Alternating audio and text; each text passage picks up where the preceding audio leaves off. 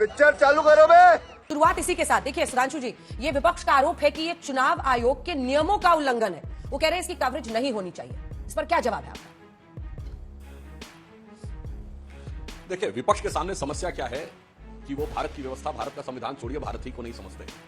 वो तो आज से लेकर हमेशा तक भारतीय संस्कृति को ही भारतीयता के विरोध में दिखाते रहे। तो उस विषय में खैर जो टेक्निकल आधार पर तो चुनाव आयोग निर्णय लेगा, चुनाव आयोग जो निर्णय लेगा वो स्वीकार है। परंतु ये बताइए, कोई चुनाव प्रचार तो है नहीं, इसमें प्रचार क्यों नजर आ रहा है? धार्मिक आस्था में प्रचार कहां से नजर आ रहा है, मुझे ये नहीं समझ में आ रहा है। इसका अर्थ हो गया कि वो जो अपने को धर्मनिरपेक्ष कह कर अधर्म से जोड़े रहे, अधर्म के पक्ष में लिए रहे, उन लोगों को इसमें समस्या नजर आती। दर्शकों से कहना चाहूंगा कि ये भारत क्या है उसको समझिए। प्रधानमंत्री जी इस समय सुदूर दक्षिणी शोर के ऊपर कन्याकुमारी जी के मंदिर में हैं। भारत कैसे जोड़ता है? जिस क्षण आप कन्याकुमारी के मंदिर में श्रद्धा से अपना मस्तक झुकाते हैं, उस क्षण आपका वही श्रद्धा का भाव वैष्णो देवी के साथ भी जुड़ जाता है। वही श्रद्धा का भाव देश के पश्चिम में मुंबा देवी के साथ जुड़ जाता है, मुंबई की। वही पूर्व में जाकर कामाख्या और त्रिपुर सुंदरी से भी जुड़ जाता है। वही देश के मध्य में विंध्यवासिनी देवी से भी जुड़ जाता है। और शायद लोगों को ना पता हो, जो वहां पर श्लोक पढ़ा जाता है उसमें बोला जाता है कि नमामि शारदा देवी कश्मीर पूर्वाचन। वो शारदा जी का मंदिर जो ध्वस्त कर दिया गया, उनकी भी आराधना दक्षिण में बैठकर मंदिरों में होती है, अर्थात कश्मीर की शारदा देवी से भी जुड़ जाता है। और तो बाकी छोड़िए, कलकत्ता की काली मां से जुड़ जाता है। और जो हमारे हिस्से से चले गए, ढाका की ढाकेश्वरी से भी वही श्रद्धा का भाव जुड़ता है। और बलूचिस्तान की हिंगलाज माता से भी श्रद्धा का भाव जुड़ता है। यह है भारतीय राष्ट्र। आप कहाँ के ज्ञानी बाबा? यह है सांस्कृतिक राष्ट्र, जिसे ना मारा जा सकता ना काटा जा सकता है। कोई हिस्सा किसी के भी पास में चला जाए, मगर भावनात्मक दृष्टि से भारत का व्यक्ति किसी भी मंदिर में जाकर जब वो पूजा करता है तो पूरे भारत से वो जुड़ जाता है। ये कैसा कैसा सांसद जी, इसका परसों की वोटिंग से कोई लेना देना नहीं है। मैं उसी बिंदु पे तो आ रहा हूं। हाँ। मैं उसी बिंदु पे आ रहा हूं। मैं बचपन में था, अंजना जी, जब राम मंदिर का मुद्दा उठा था तो कांग्रेस वाले जानते क्या बोलते थे? ये आरएसएस वाले फैनेटिक हैं। अरे मंदिर कोई मुद्दा हो सकता है राजनीति का? ये तो इनके दिमाग का एक सनकपन है। मगर आज उसी मंदिर ने देश की राजनीति बदल दी। कारण क्या है कि मंदिर राजनीति का विषय नहीं है। ये क्या बात करता है यार? 21वीं सदी का भारत जब उभर रहा है तो भारत अपनी पहचान अस्मिता के साथ उभर रहा है। तो ये राजनीति से बहुत परे हटकर बहुत अलग प्रकार का विषय है। और मैं एक बात अंजना जी कह दूं, विरोध कौन लोग कर रहे हैं? जिन्होंने बाबर की कब्रों पे जाके सिजदा किया है। 1959 जवाहरलाल नेहरू अफगानिस्तान में बाबर की कब्र पे गए। 1968 इंदिरा गांधी बाबर की कब्र पे गई। 2005 राहुल गांधी मनमोहन सिंह के साथ बाबर की कब्र पे गए। और मैं पहले भी बोल चुका हूं, अरे झूठ बोल रहा है, ये झूठ बोल रहा है। जिन्होंने लिखा 1968 में, नटवर सिंह ने उस घटना का वर्णन किया है अपनी किताब one life is not enough में, कि इंदिरा जी ने श्रद्धा के साथ सर झुकाया बाबर की कब्र पर। और मुड़कर मुझसे कहा, ऐसा लगा सदियां सिमट कर इस लम्हे में आ गई हैं। और उन्होंने कहा, नटवर सिंह ने, जो इनके बड़े खास और विदेश मंत्री भी रहे, अपनी किताब में लिखा है कि बाबर की कब्र पर श्रद्धांजलि देना अपने आप में एक रेयर अनुभव था और इंदिरा जी के साथ रेयरेस्ट अनुभव था। उन लोगों को आज कलेजे पे सांप लौटता है। यदि भारत की सनातन शक्ति के प्रतीक मंदिर में जाकर कोई व्यक्ति अपनी श्रद्धा का भाव करता है तो राजनीति बहुत छोटी चीज है, भारत की पहचान का विषय। तेरा तो गेम बचाना पड़ेगा। रागिनी जी, चुनाव आयोग के नियमों में यह तो कहीं नहीं लिखा है कि कोई ध्यान नहीं लगा सकता है, एक। दूसरा, आपकी पार्टी को या विपक्ष की पार्टियों को कहीं सार्वजनिक जगह पर जाने से या पब्लिक के बीच में तस्वीरें डालने से भी कोई नहीं रोक सकता है। ऐसे में ये उल्लंघन कैसा? बीजेपी तो ये मानती है कि आप लोग जितना इसका विरोध करेंगे, प्रधानमंत्री के वोटर्स और कंसोलिडेट होंगे, एकजुट होंगे। अंजना जी, आज हिंदी पत्रकारिता दिवस है, तो अपनी बात की शुरुआत में शेर के साथ करना चाहती हूँ कि खींचो न कमानों को न तलवार निकालो, अगर तोप मुखातिब हो तो अखबार निकालो। मानती हूँ कि निर्भीक और निष्पक्ष पत्रकारिता लोकतंत्र का आधारभूत स्तंभ है। और ये मैं ऐसा इसलिए भी कह रही हूँ कि मेरे पिताजी स्वयं पत्रकार रहे और वो बचपन से यही सिखाते रहे कि पत्रकार की कलम सिर्फ तभी झुकनी चाहिए जब वो लिख रहा। और इसीलिए आज हिंदी पत्रकारिता दिवस पर मैं ये आशा करती हूँ, उम्मीद करती हूँ कि तमाम प्रलोभन और दबावों के बावजूद हिंदी पत्रकारिता आने वाले समय में फले फूले और लोकतंत्र को मजबूत करने का काम करे। आपको हिंदी पत्रकारिता दिवस की बहुत बहुत शुभकामनाएं। और आप ही के साथ जितने और भी हिंदी पत्रकार मित्र हैं, हमारे दोस्त हैं, विरोधी भी हैं, प्यारी समझ गई। सोशल मीडिया के हों, इलेक्ट्रॉनिक मीडिया के हों, प्रिंट मीडिया के हों, उनको आज मैं शुभकामना देती हूँ। और मैं समझती हूँ कि चुनाव का प्रचार सुचारू रूप से चले, लोकतंत्र के इस महापर्व में लोगों की आस्था बनी रहे, इलेक्शन का जो मॉडल कोड ऑफ कंडक्ट है उसके ऊपर भी किसी भी तरीके का प्रहार ना किया जा सके, ये भी मुझे लगता है एक मीडिया की बहुत बड़ी जिम्मेदारी होगी। ये बड़ी अच्छी बात कही आप। मैं इस बात से शुरू करती हूँ। बहुत सारे प्रश्न दिमाग में आ गए, बहुत सारे जवाब भी आए, क्योंकि सुधांशु जी को बड़ी तफसील से बोलने का मौका मिला। तो देखिए, कहा जाता है कि स्वांग रचाता है वही जिसके मन में चोर है, सत्य मौन रहता सदा, झूठ मचाता शोर है। तो चुनाव का प्रचार जब खत्म होता है तो 48 घंटे का एक साइलेंस पीरियड होता है, मौन का एक समय होता है 48 घंटे का।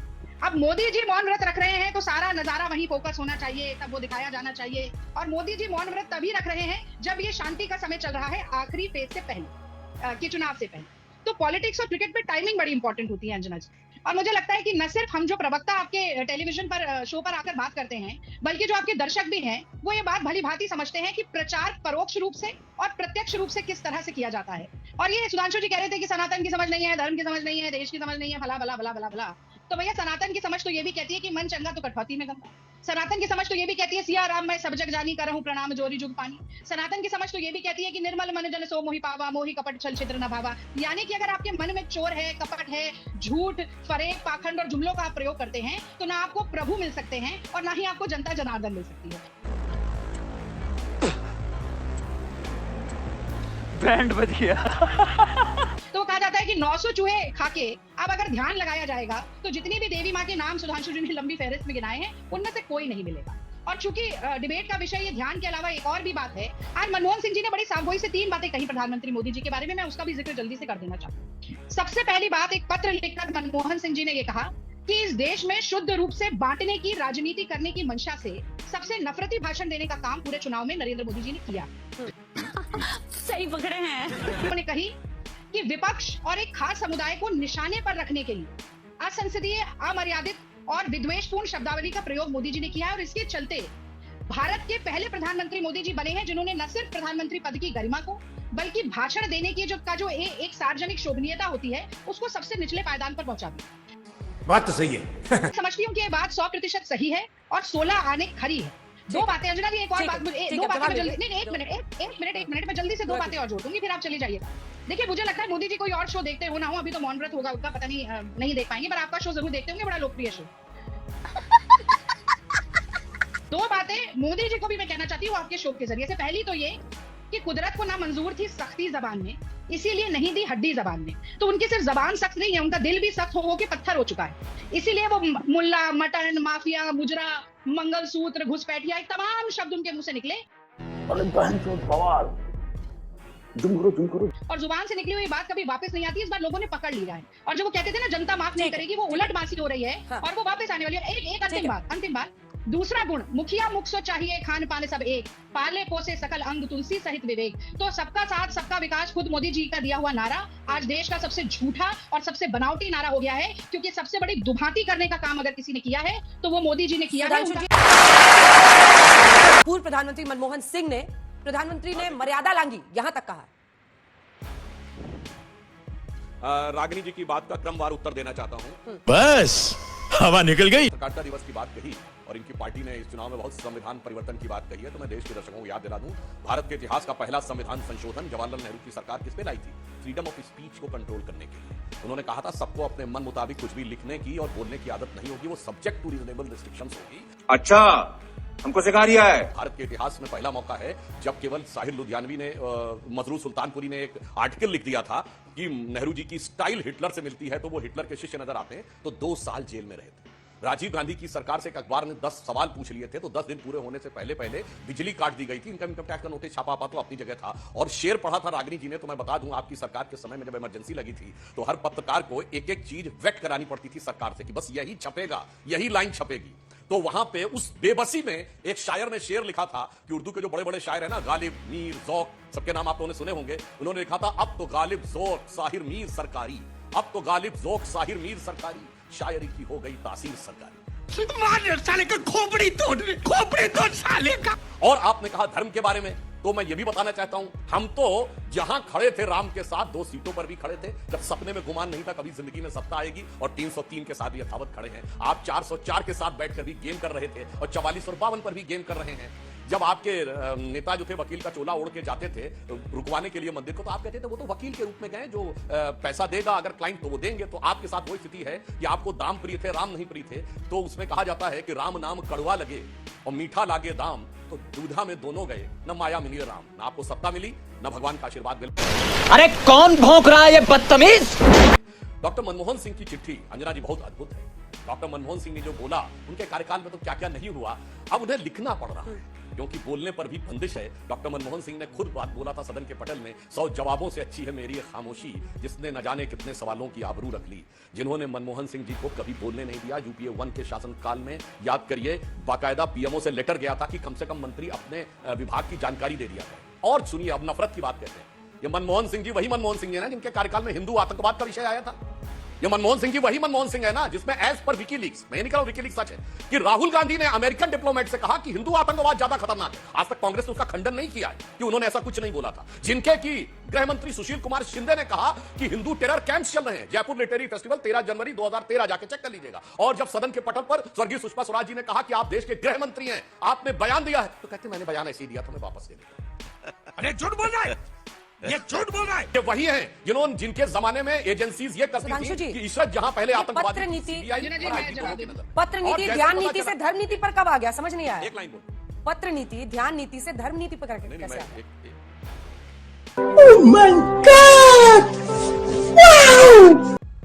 मैं उस बिंदु पे आ रहा हूं। देखिए, एक लाइन बस बता दूं, जैसे ही पता चला कि वो मोदी जी की हत्या का प्लान था, हलफनामा बदल गया। मगर मजे की बात है, आईबी का स्टैंड नहीं बदला, सीबीआई का स्टैंड बदल गया। तो घृणा की सबसे बड़ी सियासत अगर हुई है, दुख की बात है डॉक्टर मनमोहन सिंह के कार्यकाल में हुई है। सोनिया गांधी द्वारा मौत का सौदागर बोलने से लेकर आज जो कांग्रेस के सहारनपुर के उम्मीदवार हैं, उन्होंने 2014 के चुनाव से पहले मोदी जी की बोटी बोटी काट डालूंगा ऐसा शब्द बोला, और वो तू चाय बेच वगैरह वगैरह। मोदी जी ने कहा हम गाली प्रूफ हो चुके हैं, बाप को भेज, तेरे बस की बात नहीं। डॉक्टर मनमोहन सिंह को वित्त मंत्री के रूप में तो नरसिम्हा राव ने काम करने का मौका दिया था, मगर इन्होंने मुख्य प्रधानमंत्री के रूप में मौका नहीं दिया। और देश के इकलौते प्रधानमंत्री थे जिनकी फोटो छुटकी लगती थी, और नेशनल एडवाइजरी काउंसिल की चेयरमैन जिनको सिर्फ कैबिनेट का रैंक था, उनकी फोटोवा बड़की लगती थी। तो मुझे लगता है कि इस वृद्धावस्था के समय में डॉक्टर मनमोहन सिंह का इस प्रकार का उपयोग करना सर्वथा अनुचित और अमानवीय है। तो रुको जरा, सबर करो। रागिनी जी वो सीधा ये आरोप लगा रहे हैं, और हम लोग उस चिट्ठी के हिस्से भी दिखा सकते हैं, दिखा रहे हैं हम लगातार। रिपोर्ट हमारी चल नहीं पाई क्योंकि तस्वीरें आ गई, लेकिन वो कह रहे हैं कि आप लोग इस उम्र में मनमोहन सिंह जी का इस्तेमाल कर रहे हैं अपनी पॉलिटिक्स साधने के लिए। पंजाब के मद्देनजर उन्होंने ये चिट्ठी लिखी है आखिरी पेज में। अंजना जी, कहा जाता है कि अति का भला न बोलना, अति की भली न चूक, अति का भला न बरसना, अति की भली न धूप। तो देखिए, प्रधानमंत्री नरेंद्र मोदी जी तो बहुत बड़ बोले हैं, वही बहुत ही बोलते हैं, बोल बच्चन है। बोलते बोलते देश के प्रधानमंत्री ये भी बोल गए कि राष्ट्रपिता महात्मा गांधी की कोई अंतर्राष्ट्रीय पहचान ही नहीं थी, वो बिल्कुल लोकप्रिय व्यक्ति नहीं थे, उन्हें कोई जानता ही नहीं था। 1982 तक जबकि रिचर्ड एटनबरो की फिल्म बनी गांधी, उसके बाद गांधी के बारे में लोगों को पता चला, उससे पहले जानते हैं। कौन है ये लोग, कहां से आते हैं? नरेंद्र मोदी तो बोलते बोलते बोल जाते हैं कि गणेश जी का सर प्लास्टिक सर्जरी से बना था। वो तो बोलते बोलते बोल जाते हैं कि कर्ण जो थे वो जेनेटिक इंजीनियरिंग का प्रतीक थे। वो बोलते बोलते बोल जाते हैं कि बादल आ जाएं तो बड़ा अच्छा होता है, रडार जो दुश्मन के विमान हैं उनको देख नहीं पाता। तो क्या क्या बोल जाते हैं उसकी तो एक लंबी फहरिस्त में गिनवा सकती हूँ, पर बात 100 बातों की एक बात ये है कि मनमोहन सिंह जी की खामोशी की बात की, मनमोहन सिंह जी खामोश कभी नहीं रहे। वो कम बोलते थे, सोच समझकर बोलते थे, और उनके शब्दों से ज्यादा उनका काम बोलता था।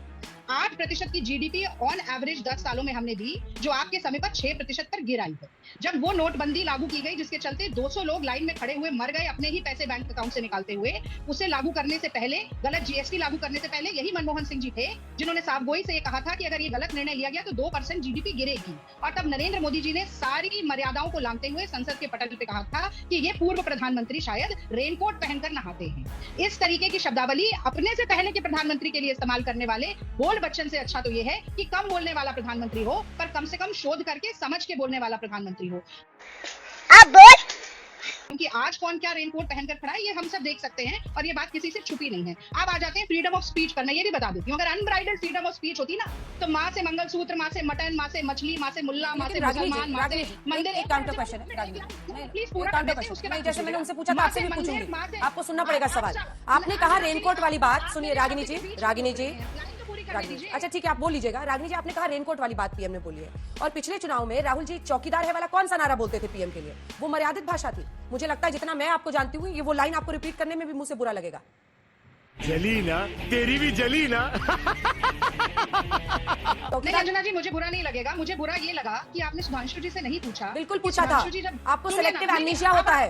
मैंने उनसे पूछा था कि धर्म मुझे नीति पर बोलने बहस की कब आ गई। चाहती हैं।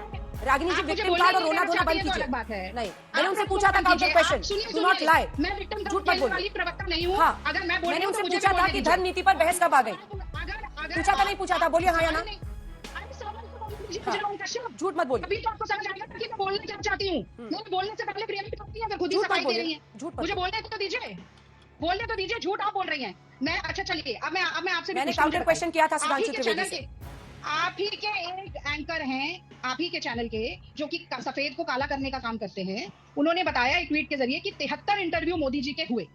वो 73 पत्रकार जो इंटरव्यू ले रहे थे या कुछ ग्रुप में भी ले रहे थे, उनमें से कितनों ने मोदी जी से पूछा कि 10 साल में आपने एक प्रेस वार्ता क्यों नहीं की मोदी जी? हमने हम तो आपसे पूछा। बात करना चाहते थे, हमने आपने पूछा। क्यों नहीं की? हमने आपने पूछा। सुधांशु जी से ये क्यों नहीं पूछा? आप मुझे बोलने तो दीजिए। आप फिर बोलिएगा अरे हर चलो, बात पे मतलब टोकी। आप गलत पे गलत बोले जा रही है रागिनी आप जी। बोलने तो दीजिए। हमारे इंटरव्यू में बोलने तो हमने दीजिए। पीएम से ये प्रश्न किया है। दिखाइए, दिखाइए, एक चलिए मिनट सवाल निकाल निकाल के दीजिए। दिखा दीजिए, सवाल निकालिए। अब मैं आगे बोल सकती हूँ तब तक? हाँ बोलिए। मैं बोल सकती हूँ? हाँ, फैक्चुअली मैं करेक्ट ये बातें जा- बोलते हैं। मैं कह रही हूँ कि अगर फ्रीडम ऑफ स्पीच अनब्राइडल्ड आज होती, तो नरेंद्र मोदी, जिन्होंने माँ से मंगलसूत्र, माँ से मटन, माँ से मछली, माँ से मंदिर, माँ से मस्जिद, माँ से मुल्ला, माँ से माफिया, माँ से मुजरा तक की बात कर ली, वो अंतिम भाषण में माँ से माँ बहन की गाली दे रहे होते। तोबा तोबा तोबा, थारा मूड खराब कर दिया। फ्रीडम ऑफ स्पीच का दुरुपयोग जब देश का प्रधानमंत्री कर रहा है, तो उसकी दुहाई उनके प्रवक्ता बैठकर देते हुए मुझे नहीं लगता कि अच्छे नजर आते हैं। और मैं आपसे ये नहीं कह रही थी कि आपने डिबेट में सुधांशु जी से क्यों नहीं पूछा, जो आप सफाई देने लगी। मैं आपसे ये कह रही थी कि आपको ये पूछना चाहिए कि जब मोदी विपक्ष के लिए मुजरा करने जैसे शब्द का प्रयोग करते हैं, तो सुधांशु जी को गर्व होता है या शर्म आती है? मोदी जी झूठा और आपत्तिजनक बयान देते हैं तो इन्हें गर्व होता है या इन्हें शर्म आती है? जब देश के किसानों को परजीवी आंदोलनजीवी संसद में खड़ा होकर बोलते हैं और अपने गुर्गों से कहलवाते हैं कि वो लोग खालिस्तानी है, आतंकवादी है, तो उन्हें गर्व होता है या इन्हें शर्म आती है? जब देश की पहलवान बेटियों के ऊपर उनके सम्मान को रौंदने वाले व्यक्ति के बेटे को टिकट मिलती है, मोदी जी देते हैं, और उसके बाद वो कल 2 लोगों को रौंद कर उसका काफिला मार देता है, तब इन्हें शर्म आती है या गर्व होता है?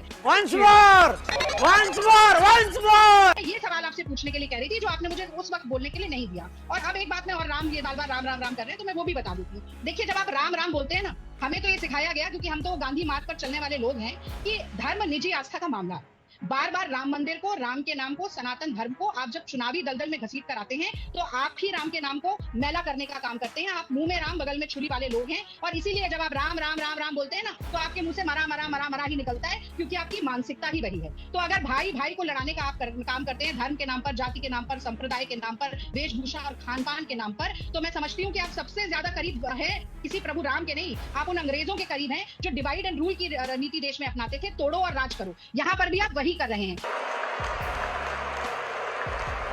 देश के टुकड़े हो, संविधान के टुकड़े हो, लोकतंत्र के टुकड़े हो, और हमारे जो एक गंगा जमनी तहजीब है, जो सद्भाव है, उसके टुकड़े हो, ऐसा चाहने वाले टुकड़े टुकड़े गैंग के सबसे बड़े सरगना अगर कोई है, तो वो भारतीय जनता पार्टी के नेता हैं। और जहां तक आपको मनमोहन सिंह जी की बड़ी दयनीय स्थिति नजर आ रही थी, तो एक बार सुधांशु जी जयप्रकाश नड्डा जी की तरफ भी देखिएगा, जिनको ऐसे कोहनी से पकड़कर यूं पीछे अमित शाह जी कर देते हैं। एक बड़ी सी फूल माला आती है, उसमें सर लगाना चाहते हैं, पर मोदी जी आंख दिखाते हैं तो वो माला के अंदर सर तक नहीं लाने देते। ये आपके वर्तमान के अध्यक्ष की हालत। गजब बेइज्जती है। सुधांशु जी, चूंकि आपने मनमोहन सिंह जी पर सवाल किया, वो जेपी नड्डा जी पर सवाल कर रही है, उसका भी जवाब दीजिए। लेकिन कुल मिलाकर ये हमेशा देखा गया है, जब वोटिंग का दिन रहता है, उससे एक दिन पहले प्रधानमंत्री किसी ना किसी मंदिर पर पहुंचते हैं। हालांकि विपक्ष के भी कई नेता ये करते हैं, आजकल हर कोई मंदिर से शुरुआत करता है, लेकिन इन सब पर उनका प्रश्न है, वो कह रहे हैं कि नफरत वाली राजनीति आपकी पार्टी फैला रही है देश में। Good question, you are a good question. देखिए, सारी बातों का क्रमवार उत्तर देता हूं। उन्होंने महात्मा गांधी से शुरू किया था, तो मैं बगैर शोध किए हुए बोले दे रहा हूं रागिनी जी। महात्मा गांधी कितने लोकप्रिय थे, मैं इसका उदाहरण देना चाहता हूं। अभी आपके अध्यक्ष का चुनाव हुआ, सोनिया जी की इच्छा थी कि खड़गे जी बने, तो सब लोगों ने खड़गे जी को वोट दिया और शशि थरूर विड्रॉ कर लिए। मगर जब 1945 में कांग्रेस अध्यक्ष का चुनाव हुआ अप्रैल में, जो तय था कि वो प्रधानमंत्री बनेगा, उसके बावजूद सबको पता था कि गांधी जी नेहरू जी को चाह रहे हैं, 0 वोट मिला। 1 वोट कृपलानी को, 1 वोट पट्टाभी रमैया को, और सारे वोट सरदार पटेल को। झूठ बोल रहा है। महात्मा गांधी 1939 कांग्रेस अधिवेशन में उन्होंने कहा, पट्टाभी रमैया की हार मेरी व्यक्तिगत हार होगी, और वो हार गए।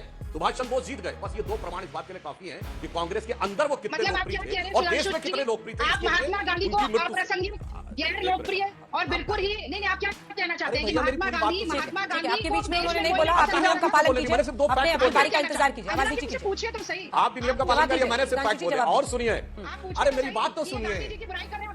संपूर्ण गांधी वाङ्मय में गांधी जी का जो अंतिम प्रवचन है 29 जनवरी 1948, उसको जाके कोई पढ़ ले। गांधी जी स्वयं बता रहे हैं कि भारत में जो शरणार्थी आए हुए हैं वो गांधी जी के बारे में कैसे कैसे अपशब्दों का प्रयोग कर रहे हैं और वो बुरी तरीके से अलोकप्रिय हो गए। और नेहरू की ट्विस्ट विद डेस्टिनी स्पीच के बाद दूसरी स्पीच जिस कांग्रेस के नेता ने दी थी वो थे खलीकुज्जमा। खलीकुज्जमा ने अपनी किताब में लिखा हुआ है कि गांधी ने उनको बताया कि गांधी का खुद का बेटा उनसे कह रहा है कि वो हिंदुओं के लिए अभिशाप कर हो गए। मैं नहीं बोल रहा हूं, ये गांधी जी के खुद के वचन, ये कांग्रेस की इंटरनल प्रोसीडिंग और कांग्रेस की चीफ बोल दी है। अब आइए डॉक्टर मनमोहन सिंह जी के ऊपर। डॉक्टर मनमोहन सिंह जी ने कितना शानदार बात की। अरे भाई सवाल क्या, मैंने तो कोट किया, कहीं कोई किंतु परंतु है क्या इसमें? ये सारे फैक्ट्स हैं। और किताब और कोट कर दूं रागिनी जी, मौलाना आजाद की किताब इंडिया मींस फ्रीडम में ये लिखा हुआ है। कृपलानी की किताब माय डेज विद गांधी में लिखा हुआ है। और जो जिस ढंग से नेहरू को चुना गया, अब छोड़िए वर्तमान पे आइए, छोड़िए पुरानी बात, छोड़िए वर्तमान पे आइए।